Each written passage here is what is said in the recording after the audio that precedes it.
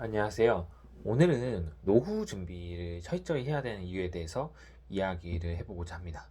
사실 저 2030 세대는 젊었을 때 사실 놀고 싶은 욕구가 많잖아요.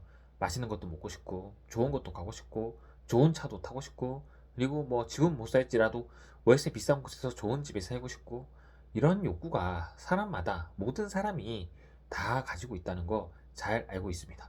그리고 그 정도의 차이가 있어서 그렇지 뭐 욕구 자체는 동일할 거예요.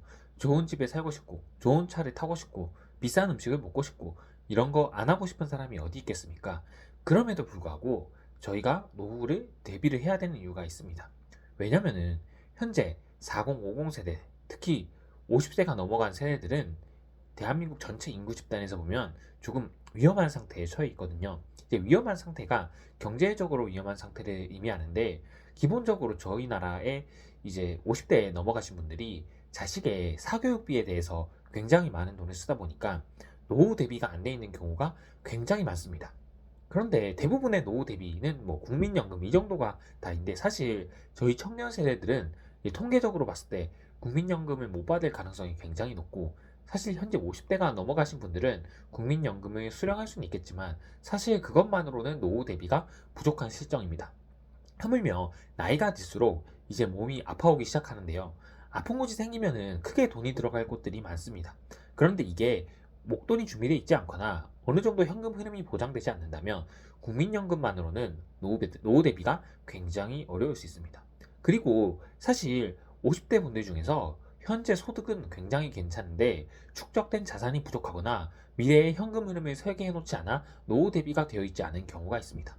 이럴 때는 현재 소득은 괜찮기 때문에, 즉 현재의 캐시플로우는 괜찮기 때문에 굉장히 윤택한 생활을 하고 있지만, 그 셈이 이제 직장의 은퇴와 함께 완전히 다른 양상이 펼쳐지는 경우가 많은데요. 즉 현재 높은 소득을 바탕으로 수준 높은 생활을 하고 있지만 은퇴를 한과 동시에 굉장히 낮은 소득으로 인해서 이제 삶의 질이 떨어지고 그로부터 굉장히 우울감을 얻는 경우가 많은 것 같습니다. 그러니까 우리가 지금 행복하는 것도 중요하지만 우리들이 살아가는 목적은 평생 전반에 걸쳐서 행복하기 위해서 사는 거잖아요.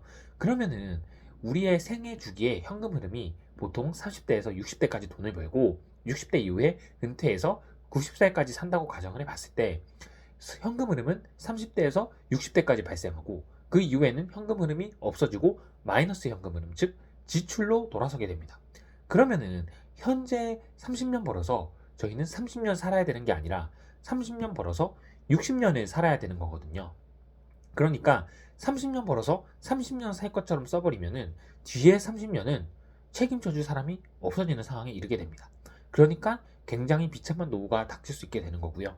그리고 젊었을 때는 사실 조금 가난하게 살아도, 조금 부족하게 살아도 젊은 것 자체가 되게 찬란하기 때문에 어느 정도 괜찮은 감이 없지 않아 있습니다. 그런데 이제 나이가 들어서 돈이 없어지면은 굉장히 비참한 상황이 들이닥치게 되는데요. 기본적으로 나이가 들어서는 어느 정도 지갑을 열 수 있어야지 어느 정도 사회적 체면이 선다거나 본인의 행복감을 유지할 수 있는 경우가 저는 상대적으로 많다고 생각을 합니다. 이제 나이가 들어서 자식이 생기고 손자가 생기고 며느리도 생기고 사위도 생기고 할 텐데 어느 정도 본인의 경제력이 유지가 돼야지 안정적인 전체적인 가정, 더 넓어진 폭넓어진 가정을 유지할 수 있다고 생각을 합니다. 그리고 제가 아까 전에 말씀드린 것처럼 저희는 30년을 벌어서 30년을 살 게 아니라 30년을 벌어서 60년을 살아야 되거든요. 그러니까 한 달에 만약에 본인이 400만 원을 벌었다고 치면은 400만 원은 현재의 나의 것이 아니라 반은 현재의 나의 것이라고 볼 수 있을지라도 반은 미래의 나의 것이라는 것입니다. 그러니까 현재 노후 대비를 하지 않는다면 미래에 굉장히 비참한 상황을 맞이할 수도 있는 거죠. 나이가 들면 들수록 돈 들어갈 곳이 굉장히 많습니다. 본인이 아플 수도 있고요. 부모님이 아플 수도 있고요. 여러 가지로 돈 들어갈 곳들이 많습니다. 그런데 무분별하게 소비를 하다 보면은 나중에 미래에 현금 흐름이 끊기는 순간에는 굉장히 달라지는 삶의 수준에 의해서 고통을 받을 수 있습니다. 저축은 하지 않고, 즉 자산은 쌓지 않고 괜찮은 현재의 소득을 바탕으로 높은 소비 수준을 유지하던 사람이 딱 은퇴를 기점으로 현금 흐름이 끊기면 굉장히 그 상황이 달라지면서, 즉 소비 수준이 달라지면서 굉장히 불행감을 느낄 수가 있습니다. 보통 사람이 이제 계속 똑같이 살면은 딱히 불행감을 느끼지 못하는데 굉장히 높은 곳에서 낮은 곳으로 떨어질 때 큰 불행감을 느끼기 마련이거든요. 그리고 국민 전체로 노후 대비를 하지 않을 경우에 사회적으로도 굉장히 약점이 있습니다.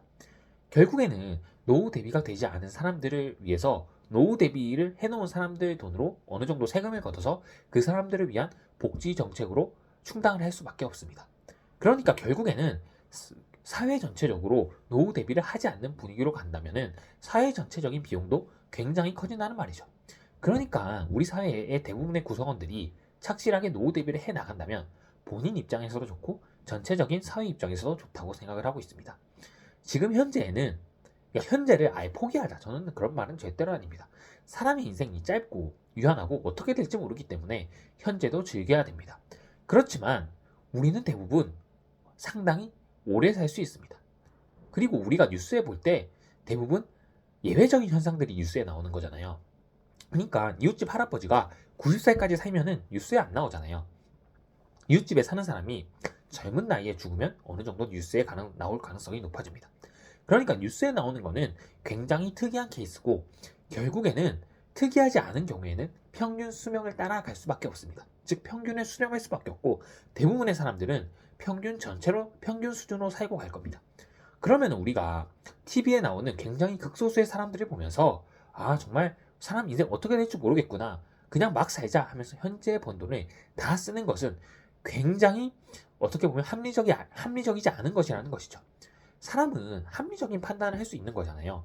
우리는 합리적으로 봤을 때 특이한 상황을 배제한다면 평균 수준으로 살 가능성이 높고 그렇다면 현재를 아예 포기하자는 말이 아니라 현재도 어느 정도 즐기지만 미래를 위해 어느 정도 자산도 축적해 놔야 된다는 것입니다. 만약에 그런 자산을 축적해 놓지 않는다면 미래에 되면 굉장히 비참한 노후를 맞이할 가능성이 높아진다는 것이죠. 왜냐하면 저희는 평균의 수렴에 살 가능성이 굉장히 높으니까요.